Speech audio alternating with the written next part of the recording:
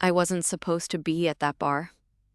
The conference dinner had gone on 2 hours longer than it should have, and by the time I escaped, I was wearing heels I'd stopped feeling 20 minutes in and carrying a smile I was very tired of. I sat at the hotel bar because I didn't want to go upstairs yet, and because sometimes the only honest thing you can do after a long performance is sit quietly and be nobody for a while. He was already there. I didn't notice him immediately.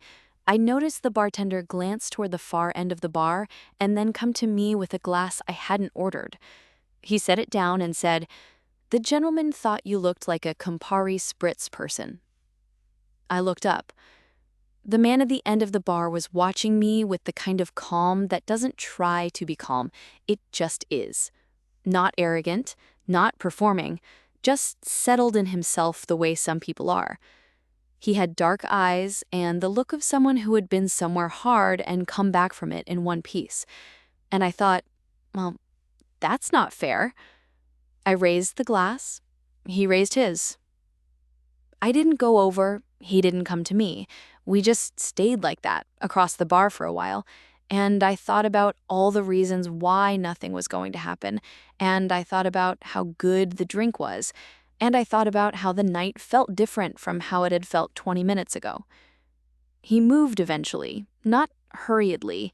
He came and sat one stool away and said, "I hope I got it right." "You did," I said. He said he'd watched me holding a glass of white wine for an hour without drinking it. He said that said something. I said it said the free wine was terrible.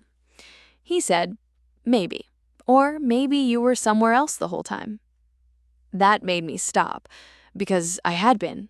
I'd been in that room for 3 hours, and not once had I been actually there. And the unsettling thing was that a man I'd never spoken to had noticed. We talked until midnight, not about anything significant, about the things two strangers talk about in the no man's land of a hotel bar at the end of a long day. Cities we'd been to, things that had surprised us, what we thought we'd be doing when we were younger versus what we were actually doing. He laughed easily and listened properly, the kind of listening that makes you want to keep talking because it feels like being held but gently. At some point, I realized I was leaning toward him without having decided to. He said, "You should probably go up." "I know," I said. I didn't move. He looked at me for a long moment, the kind of look that is a question without being a question. I said, "You got the drink right. That's rare." He said, "I paid attention." That was all. But the way he said it, quietly, like something he'd decided before I walked in, made something shift.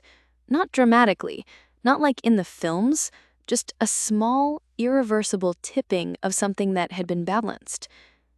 I didn't go up. Not for a long time. And when I did, I understood something about the kind of evenings that change nothing in your life outwardly, but rearrange something quietly inside you.